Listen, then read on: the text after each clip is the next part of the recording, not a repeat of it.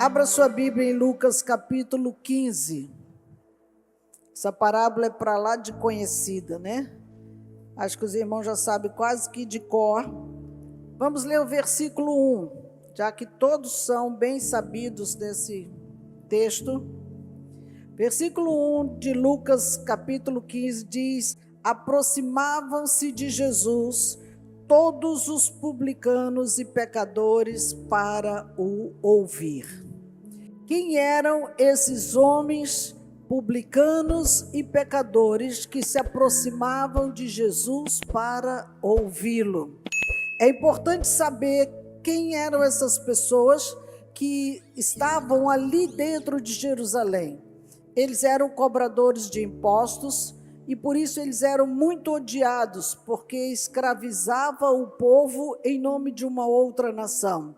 Eles trabalhavam para os romanos e traziam ali aquela estigma, né, de cobrar além do necessário. Cobrava a sua parcelazinha além, e eles eram por isso considerados traidores e apóstatas da fé, porque estavam trabalhando por uma nação que os oprimia. A esses homens, eles também tinham esse poder de julgar as pessoas. Eles extorquiam as pessoas. Vejam que era uma classe de homens que eram odiados na época. No entanto, eles se aproximaram para ouvir Jesus. Eles também estavam ali junto com os pecadores para ouvir Jesus. Esse detalhe é extremamente importante, porque nós nos atentamos apenas na parábola, no que diz a história que Jesus contou. Não era um fato real, era uma história que Jesus estava contando, e tudo que Jesus faz, ele faz com propósito. A história do filho pródigo tinha uma chave no final da história, que era para alcançar o coração dessa classe de pessoas que se aproximaram dele para ouvi-lo. E às vezes nós deixamos isso de lado, mas o Senhor gosta de nos fazer entender para quem ele está falando. Às vezes nós ficamos muito presos ao texto, mas Deus, ele não quer simplesmente deixar uma história relatada no seu livro. Ele quer alcançar seu coração. Ele quer alcançar a sua história de vida. Ele quer alcançar a sua maneira de lidar com as suas dificuldades, com a minha dificuldade. Todas essas coisas que nós vemos na Bíblia, irmãos, é para espelhar a nossa história. Talvez estejamos vivendo algo muito parecido com o que está sendo relatado naquele lugar.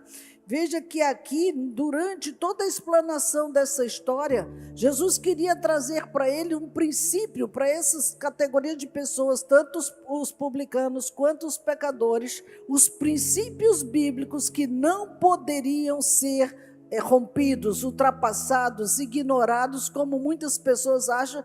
Isso é bobagem. Não é bobagem.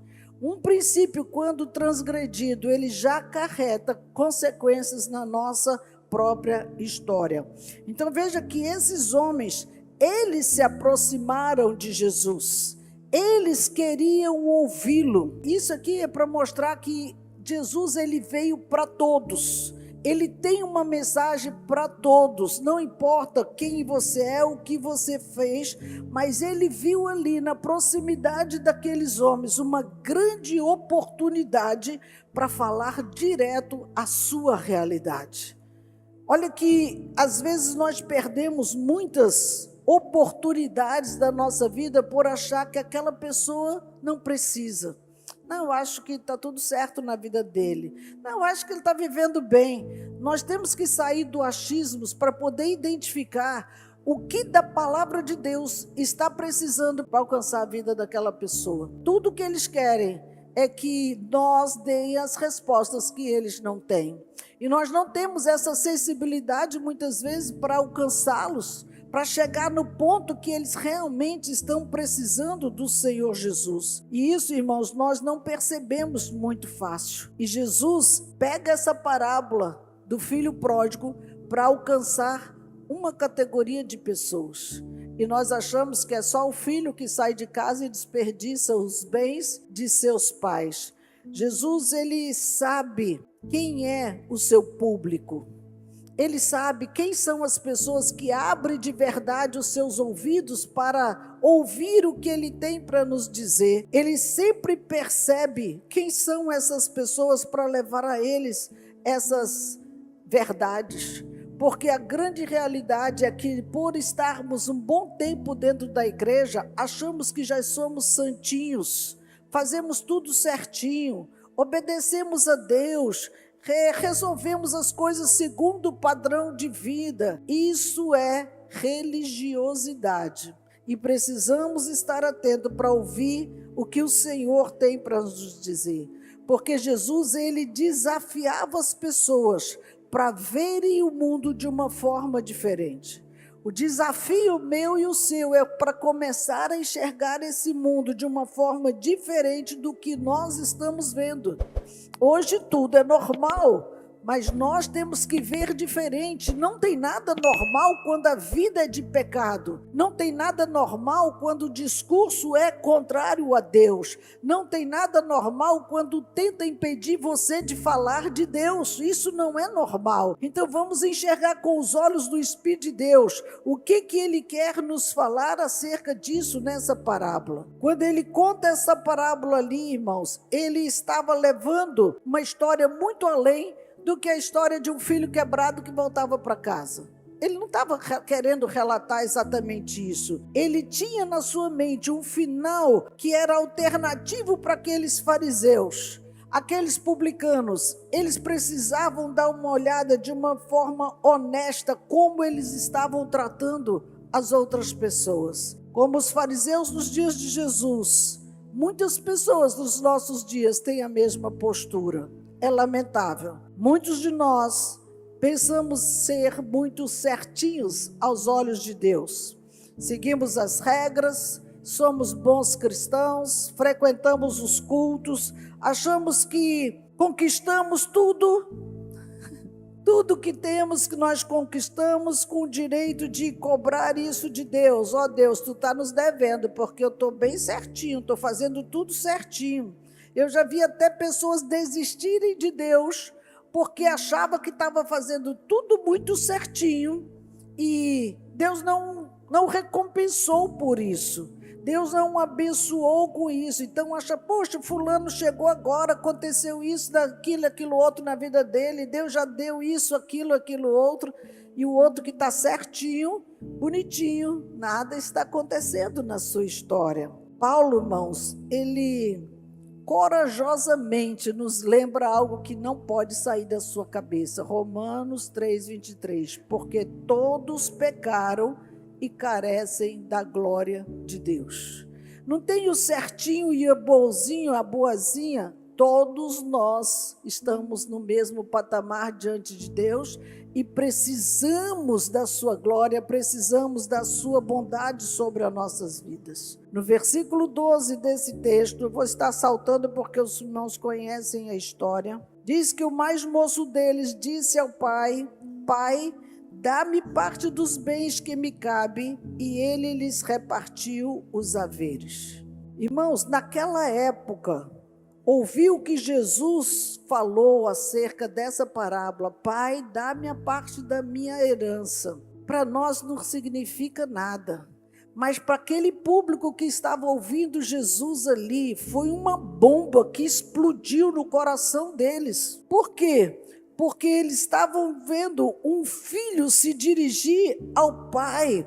Veja que naquela cultura, toda a herança, ela só era transferida para o filho depois da morte dos seus pais. E esse moço chega para o seu pai em vida e diz: dá-me a minha parte na herança, a parte dos bens que me cabe. E aquele pai não resistiu, aquele pai partiu. Isso já foi um choque naquelas pessoas que escutavam Jesus, porque aquele filho, na realidade, era como se ele estivesse dizendo para o pai: olha aqui, pai, eu gostaria que o senhor já tivesse morto para me ter parte dos meus bens.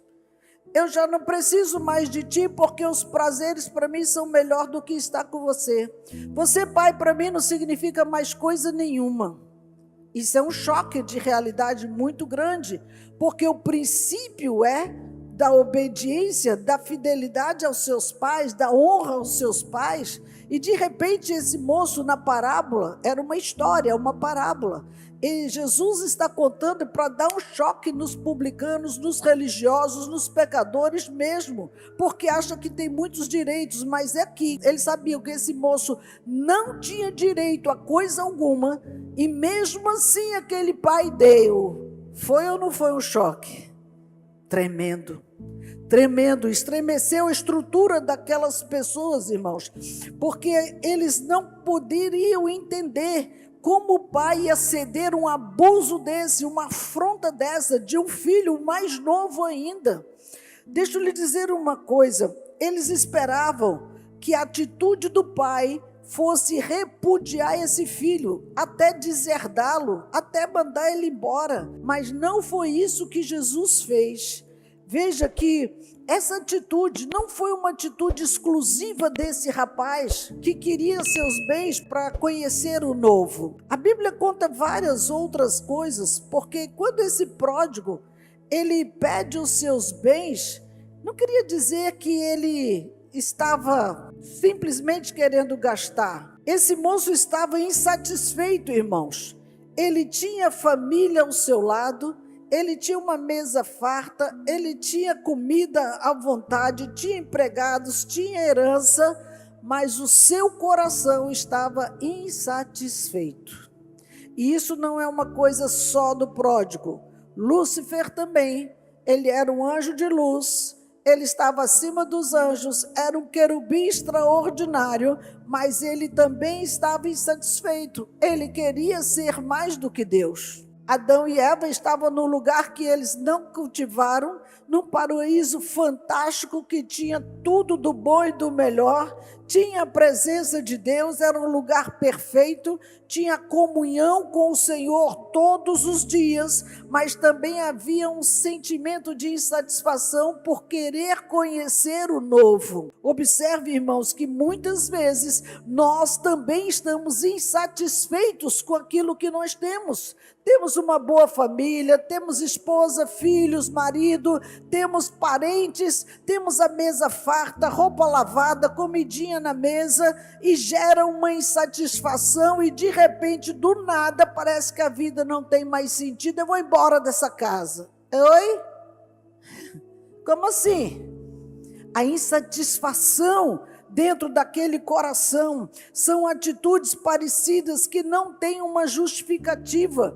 Queremos deixar a casa também do nosso Deus por uma insatisfaçãozinha do seu coração. Não, tem a palavra, tem amor, tem cuidado, tem líder do seu lado, tem orações pela sua vida.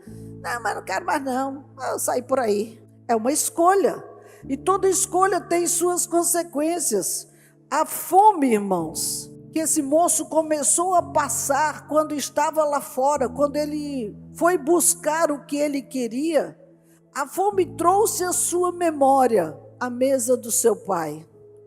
Estar ali no meio daquele chiqueiro trouxe à sua memória os servos do seu pai que o serviam com alegria e tinham tudo. A visitação na memória de Adão e Eva, do tempo que eles viviam de boa lá no jardim, agora tem que arar a terra, tem que cultivar a terra para alimentar, trouxe à memória o favor de Deus para a vida deles. O marido que saiu de casa, a mulher que abandonou os filhos, vai ter momentos do confronto. Eu vi até uma história de um homem que tinha uma família linda, mulher, filhos, tudo. Chegou um dia desse da insatisfação e do nada ele arruma as coisas e diz: eu vou fazer uma viagem, e sumiu, nunca mais voltou para casa. E ele, numa das estradas que ele estava viajando, ele estava com algumas pessoas que trabalhavam com ele. Ele foi no banheiro dos homens e quando chegou lá, os outros colegas estavam usando droga. E o rapaz disse: toma aqui, esse negócio é bom, experimenta. Aquela, a primeira sempre é de graça, E ele experimentou, e veio a segunda, veio a terceira, ficou viciado de drogas. O resultado da história, esse homem virou um morador de rua em São Paulo e viveu ali escravo da droga sem cessar, sem cessar. 7 anos ele ficou nessa vida de escravidão ali, debaixo das pontes dos túneis de São Paulo, vivendo uma vida de subhumana. E um dia ele estava ali, eram as 4 horas da manhã, veio uma irmãzinha que saía da oração, saía de uma vigília. Ela olhou para aquele homem e ela disse: você decide mudar a sua vida hoje, porque Deus não lhe quer nesse caminho. A palavra foi um impacto assim na vida dele, e ela foi embora. E ele amanheceu o dia, ele estava ali ainda naquele lugar, sob o efeito da palavra, e passa um carro, devagarinho, e olhando, e olhando. Era a filha daquele homem, irmãos. Há 7 anos ela procurava desesperadamente aquele pai. E ela olhou, parou, reconheceu, foi até ele, sujo, barbado, cabeludo, mas ela reconheceu, era o pai dela. E ela foi lá, abraçou, colocou dentro do carro, levou para casa, deu banho, deu comida, e Deus restaurou aquela casa. Se fosse outra situação, jamais ia chegar para ele e falar um monte de desaforo, sim ou não? Você nos deixou para ser um vagabundo, olha o teu estado, e papapá, e esculhambar a pessoa naquele estado. Mas é exatamente a história que nós estamos falando acerca desses personagens aqui, porque o lugar onde está, a sua memória lhe faz ver de onde saiu e que ponto chegou. E aonde iria parar, que não tinha lugar nenhum para ele parar. E aí vem sempre a memória, a casa do pai. Voltar para casa, irmãos, é uma situação em que leva a pessoa a resistir. Não vou voltar não. Eu tenho vergonha. Todo mundo vai ficar falando. Eu tenho medo de não me aceitarem, eu tenho medo de não me perdoarem. E há um conflito na mente do perdido, tanto do pródigo quanto de alguém que abandona a família, alguém que sai da igreja, alguém que vai para qualquer lugar. Eles são acometidos por essas mesmas coisas. E o verso 18 diz que esse homem, já não aguentando a situação que ele estava ali no meio dos porcos e as lembranças daquilo que ele viveu na casa do seu pai, diz o texto que ele disse: levantar-me-ei e irei ter com meu pai e lhe direi: pai, pequei contra o céu e contra ti. Não foi só uma decisão desse moço, foi além de uma decisão. Ele agiu, ele de fato se levantou para falar com seu pai. Esse foi só um discurso que ele ensaiou para dizer para o pai. Mas veja que quando ele voltou, o pai não lhe deu nem a chance de concluir o seu discurso. O pai foi ao seu encontro, uma coisa que não acontecia pela idade. Os anciões, eles não correm. Até hoje os anciões, eles não correm. As pessoas correm a eles, mas eles não correm. Mas diz o texto que ele correu ao encontro do seu filho, abraçou ali e já mandou que se organizasse uma grande festa naquele lugar. E aí o ponto que eu quero falar de hoje é exatamente esse. É o irmão mais velho. Qual foi o procedimento desse irmão mais velho? Esse irmão não sabia de nada. Estava no campo, estava trabalhando. Não sabia que seu irmão tinha voltado. Ele não sabia que havia festa na sua casa. Veja, irmãos, que às vezes nós pensamos que por estar do lado do pai, nós já sabemos de tudo. E eu volto à capa da religiosidade. Não sabe de nada, mas se acha cheio de direitos. Não tem intimidade com o pai. Não tem relacionamento com o pai, não sabe a dor, o sofrimento, as angústias que o pai passa para ter o resgate de um filho. E aqui esse irmão pródigo, que eu chamo assim, que se via tão certinho, tão dentro dos padrões. Na realidade, é uma figura do que Jesus estava querendo mostrar para aqueles fariseus, os publicanos, os pecadores lá que se achavam muito santos. A chave está aqui. O que Jesus queria mostrar para ele não era o pródigo que saiu, mas o irmão que ficou. Os que se achavam religiosos, os que se achavam santos, aqueles fariseus que não aceitavam Jesus falar com os pecadores, que Jesus ministrar para os necessitados, eles não aceitavam isso. E Jesus traz através dessa história quem são eles de verdade. E é uma história para trazer a nós uma reflexão. Quem eu sou? O pródigo que saiu ou o irmão que ficou? Porque as atitudes são muito parecidas, irmãos. Pare para pensar. Aquele homem que se sentia certinho, mas tinha uma mente escrava. Esse irmão que foi tomado por um senso de justiça, dizendo que o pai estava sendo injusto com ele. Eu te servi durante todos esses anos, tu nunca me deu uma novilha gorda para me alegrar com os meus amigos, reivindicando direitos sobre a sua vida. Ele, na realidade, não tinha prazer de estar com o seu pai. Vivia embranhado lá pelo campo, fazendo alguma coisa, menos estar em casa, menos ter relacionamento com ele, menos conversar com ele. Mostra uma atitude altiva, soberba, que está se dando dura no seu pai, porque na realidade ele estava focado nele mesmo. Era um camarada altamente materialista. E nessa história, irmãos, nós vemos que quando ele escuta o som das músicas, ele escuta as danças, ele escuta as pessoas se alegrando ali, ele não tem coragem de se alegrar. Pelo contrário, há uma indignação no seu coração. Meu Deus, como nós temos corações endurecidos para não nos alegrar com os que se alegram, para não nos regozijar com pessoas que estão ao nosso lado, para não nos alegrar com o sucesso, com os bens que os outros até recebem. Esse homem, ele se recusa a participar da mesma festa. E aí nós vemos no versículo 29 que ainda se posiciona para confrontar o pai. E o 28, e o pai diz, ele diz para o pai: há tantos anos que te sirvo, sem jamais transgredir uma ordem tua, e nunca me deste um cabrito sequer para alegrar-me com os meus amigos.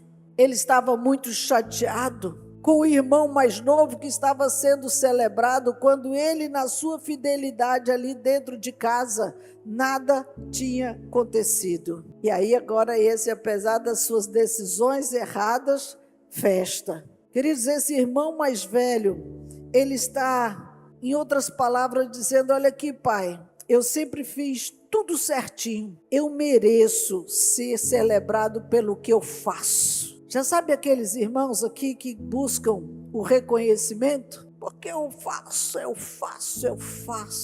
Deixa eu te dizer uma coisa.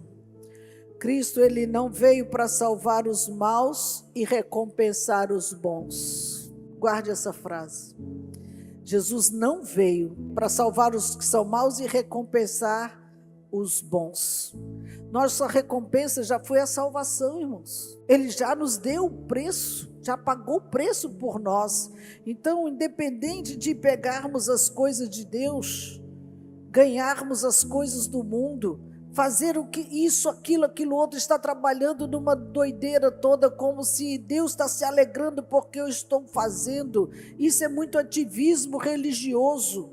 O Senhor não nos chamou para estarem fazendo coisas e não estando com Ele. Ele se alegra muito mais com o tempo que você passa com Ele do que aquilo que você faz para Ele. Ah, mas então não vou fazer mais nada. Não, queridos, porque nós não precisamos impressionar Deus com aquilo que nós estamos fazendo ou com o nosso comportamento. Nós esquecemos que a bondade e a fidelidade do Senhor é quem nos cerca. O Senhor é quem coloca dentro de nós esse amor por vidas, o amor pelo que faz. Se eu estou fazendo para aparecer, não tem nada de dádiva a Deus. Se eu estou fazendo por reconhecimento, não tem nada para Deus. Eu estou na realidade trabalhando por mim mesmo. Eu estou querendo eu mesmo ser honrado, eu mesmo ser visto. O foco está errado. Nós precisamos entender O que estamos fazendo é para quem mesmo? Quais são as coisas que hoje eu e você fazemos com o nosso esforço para ganhar o direito de ser chamado filho de Deus? Se nós queremos ter algo para barganhar, não, eu fiz isso e mereço isso, então nós não estamos no caminho certo, porque o caminho foi o que o Senhor fez por nós, pagou tudo, eu não tenho que fazer para ter, Ele já fez e me deu, Ele já fez e te deu, que foi a vida eterna, o perdão dos pecados, a salvação, nada depende de nós. Veja que como nós estamos agindo aqui é muito parecido com o irmão mais velho, sem relacionamento com o pai e querendo as bênçãos do pai, sem relacionamento com o pai, querendo ser festejado por ele. Não adianta só frequentar culto, só dar esmola, só ajudar as pessoas, se não tem relacionamento com o pai. É como esse irmão pródigo, é uma atitude de religiosos, irmãos. Lembre aqui que Jesus, ele está falando com quem? Religiosos. Ele estava falando com pessoas que faziam muito para ser visto, mas nada em direção a Deus. E essa parábola estava direcionada a essa categoria de pessoas, publicanos e pecadores. Então veja que se nós não sentimos a necessidade de sermos salvos, libertos, curados pelo Senhor, nós não vamos trabalhar para Ele. Nós não vamos fazer algo para Ele, não para ser graciado por Ele. Os irmãos estão entendendo? Não é pelo que você faz, é pelo que você é. Você quer Deus por Ele ou pelas coisas que Ele pode te dar? Você quer Deus pelas bênçãos que quer ter, quer ser rico, quer ser próspero, quer estar por cima? Ou você quer Deus? Se você quer Deus, todas as coisas te serão acrescentadas. Mas enquanto não, você está feito um doido, lutando, trabalhando para conquistar suas próprias conquistas pessoais, seus projetos pessoais. Está feito um doido sem descanso, noite e dia, para enriquecer, que a mola do tempo que nós estamos vivendo tem que ser rico a todo preço. Não! A nossa maior riqueza é buscar o reino de Deus em primeiro lugar, e todas essas coisas nos serão acrescentadas. Diga aleluia. Independente de onde você esteve, irmãos, ou o que você fez na sua vida, Jesus, ele olha para mim e para você com amor. Ele olhava com amor para o pródigo, do mesmo amor que olhava para aquele religioso que não queria nada com ele. Ele trabalhava pela sua própria herança na realidade. Bom, o outro já levou o que é dele, então tudo isso aqui vai ficar para mim. Então vamos trabalhar, porque tudo isso é meu. Era ou não era uma atitude egoísta, irmãos? Trabalhava em função de si mesmo e não em função do seu pai. Deus, irmãos, Ele quer se alegrar com você, com aquilo que Ele pode te dar, que vai alegrar o seu coração. Não com o que você conquista para dizer, olha aqui Deus, eu consegui, pega aí, eu consegui. Não, as nossas conquistas, irmãos, passam pela bondade de Deus, que abre portas e derrama bênçãos, coloca boais, faz algo acontecer na nossa história. Agora precisamos ver como Ele age. Quando aquele filho quebrado chegou, dolorido, doente, aquele pai abraçou aquele filho. E abraçou, não foi falso, aquele abraço de mão mole. Ele apertou aquele filho, que ele tinha realmente saudades dele, que ele queria realmente na sua casa. Havia perdão no seu coração. Ei, a humanidade parece que está nos jogando cada vez para mais longe de Deus. Romanos capítulo 1, irmãos, é um retrato dos nossos dias hoje. Leia em casa com cuidado cada um desses versículos de Romanos capítulo 1 e você vai ver o que nós estamos vivendo, está aqui retratado. E eu quero destacar só 2 versículos aqui, que é muito importante, porque a palavra por si só, ela fala. Esse é o livro que nós credibilizamos para a nossa vida. Versículo 22, ele diz: inculcando-se por sábios, tornaram-se loucos e mudaram a glória de Deus incorruptível em semelhança da imagem de homem corruptível, bem como de aves, quadrúpedes e répteis. Por isso, Deus entregou tais homens à imundície pelas concupiscências do seu próprio coração, para desonrarem o seu corpo entre si. E aí ele vem falando qual é o nível de desonra, de entrega, de pecado que eles vêm fazendo aqui. E aí Paulo fala para a humanidade sobre esse pedido de Deus, ao invés de honrarem a Deus, começarem a honrar o próprio homem. O homem está acima de tudo e ele pode tudo, ele tem o poder sobre o seu próprio corpo, ele decide o que fazer com o seu próprio corpo. Eu digo que não, porque se Deus te tirar o fôlego de vida, o que tu vai fazer? Cadê o teu poder de continuar vivo? Cadê o teu poder de continuar mandando e fazendo? O fôlego de vida, o teu coração se parar, acabou. Mas está nas mãos do Senhor e nós não podemos tirar dele essa honra de nenhuma forma, irmãos. Todas as coisas estão na mão do nosso Criador. Por isso que não nos importa muito em ter em Deus ou ter Deus e um relacionamento com Ele, se nós preferimos outras coisas. Não importa viver para as coisas, não, mas eu tenho Deus. Mas eu estou aqui presa nas coisas. Não, mas eu vivo para Deus, eu vivo na igreja, mas eu estou focada nas minhas coisas. Aonde está o teu coração, aí estão os teus tesouros. Nós falamos aqui isso no início. Então nós esquecemos que não são as coisas de Deus, mas o próprio Deus que vai satisfazer todos os anseios do nosso coração. As coisas acrescentam, as coisas nos alegram, mais do que as coisas, vamos agradecer a Ele pelo que Ele é, porque é Ele quem faz. Por isso que, como pródigo, ele pensou, está na hora de voltar para a casa do Pai. Ele trouxe a memória, ir para casa de novo. Ele não pensou que seria como antes, claro que não seria, as coisas agora mudaram, ele também mudou, ele era outra pessoa, era um homem já maduro, um homem escaldado pela dor, pelo sofrimento. Ele sabia que voltar para a casa do Pai não era uma decisão muito simples, mas era possível. Por quê? Porque não dependia dele, dependia do Pai. Como o Pai vai me receber na sua casa? Como o Pai vai estar comigo, como vai ser esse momento, isso que era a preocupação daquele moço ali, mas ele disse, chega de sofrer, eu vou encarar o que for, mesmo que ele me coloque como um dos seus servos. Na realidade, irmãos, o filho que ficou não passava de um servo, esse filho voltou para querer ser servo, e Jesus disse, já não te chamam mais servos, mas te chamam amigo.